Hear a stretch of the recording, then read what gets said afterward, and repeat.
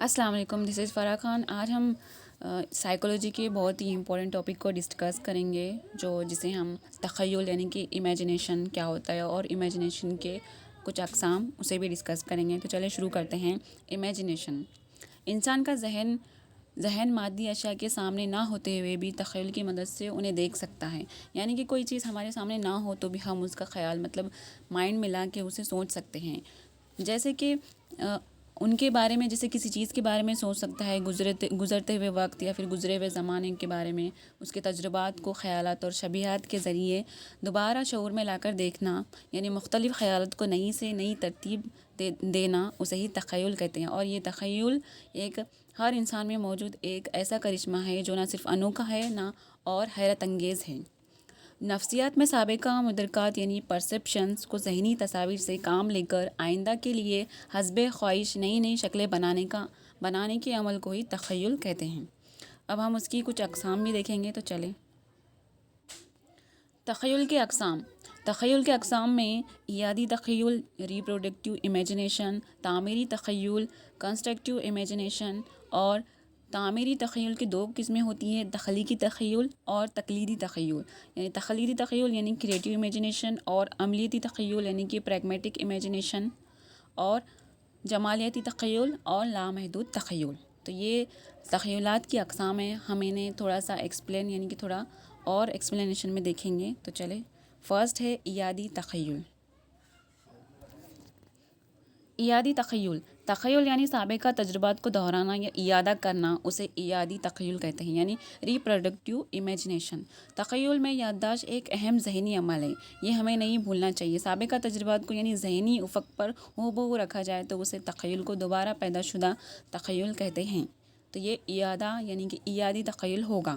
School کا پہلا دن ہمیں یاد آتا ہے، ہم اسکول میں کسی طرح گئے ہوں، کس طرح روئے، پھر والدین کی ناراضگی وغیرہ، یہ ساری باتیں ہمیں یاد رہتی ہیں، کیونکہ یہ یاد کرنے پہ ہمیں دوبارہ یاد آ جاتا ہے، یعنی کہ دہرایا جاتا ہے۔ تو یہی ہوگا ایادی تخیل، یعنی کہ ریپروڈکٹیو امیجنیشن۔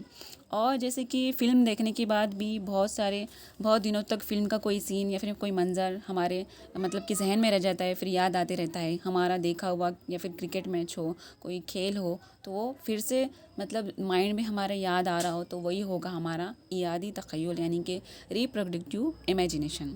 تو نیکسٹ اب ہم دیکھیں گے تعمیری تخیل، یعنی کہ کنسٹرکٹیو امیجنیشن۔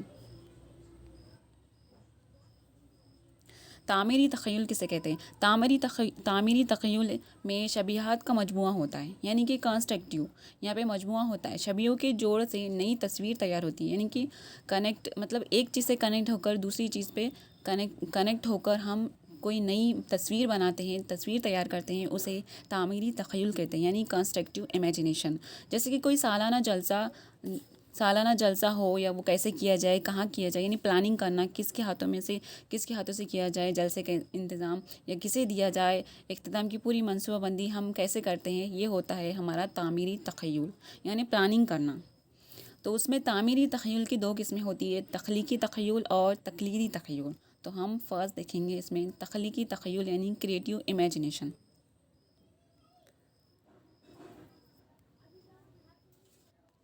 کریٹیو امیجنیشن یعنی تخلیقی تخیل تخلیق پر منحصر تخیلات کو تخیل کہتے ہیں۔ جیسے شاعر، گلوکار، سنگر یا ناول نویس، مجسمہ ساز اور دیگر فنکاروں کے نئے تخیلات سے ادبی اور فنی تخلیقات وجود میں آتی ہے۔ جیسے سائنسدانوں کی ایجاد، پھر انجینئروں کی عمارتوں اور ڈیزائنوں کا کام اور ان کے نمونے وغیرہ تخلیقی تخیل میں شامل کیے جاتے ہیں، یعنی کریٹیو یعنی کریٹ کرنا۔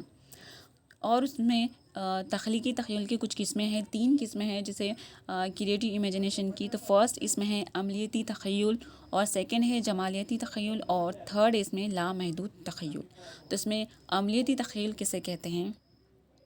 عملیاتی تخیل جیسے پریگمیٹک امیجنیشن، تخیلات جس قدر بھی مؤثر اور کارآمد ہو مگر ان کو عملی جامہ پہنانا ضروری ہوتا ہے۔ گھر کی تعمیر، پھر رستے کا پل، ان کی خیالات کو عملی صورت پیش کرنا ہی ہوتا ہے پریگمیٹک امیجنیشن، جیسے عمل میں لانا، جو بھی چیز ہم عمل میں لاتے ہیں وہ ہوتا ہے عملیاتی تخیل۔ تو نیکسٹ دیکھتے ہیں جمالیاتی تخیل۔ جمالیتی تخیل یعنی ایستھیٹک امیجنیشن، یہ تخلیقی تخیل کی ایک قسم ہے۔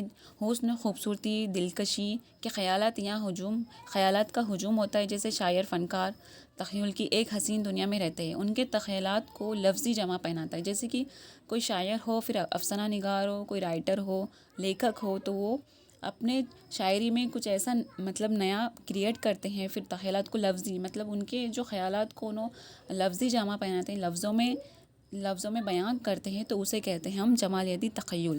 تو اس میں لفظی جامہ پہنانا، اپنے خیالات کو، تخیل کو دوسروں کو بھی اپنے تخیلی پرواز سے لطف اندوز کرانا، جیسے ناول، شاعر، تو ان کی شاعری ہم پڑھتے ہیں تو ہم بھی ان کی شاعری سے لطف اندوز ہوتے ہیں، تو یہ ان کا جمالیتی تخیل ہوگا۔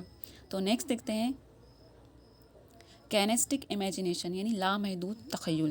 تخلیقی تخیل کی تیسری قسم ہے یہ، یہاں ایسے لامحدود تخیلات رہتے ہیں جن کو محدود نہیں کیا جاتا، یعنی کہ ان لمیٹیڈ امیجنیشن، جیسے آسمان پر اڑتے ہوئے گھوڑے، پھر کشتی سے ہمالیہ کی چوٹی پر پہنچنا، کسی بادشاہ کی گدی پر بیٹھ جانا، پھر پریوں سے ملاقات ہو جانا، تو یہ ساری باتیں لامحدود یعنی کہ محدود نہیں، تو یہ لامحدود یعنی کینسٹک امیجنیشن ہوگا۔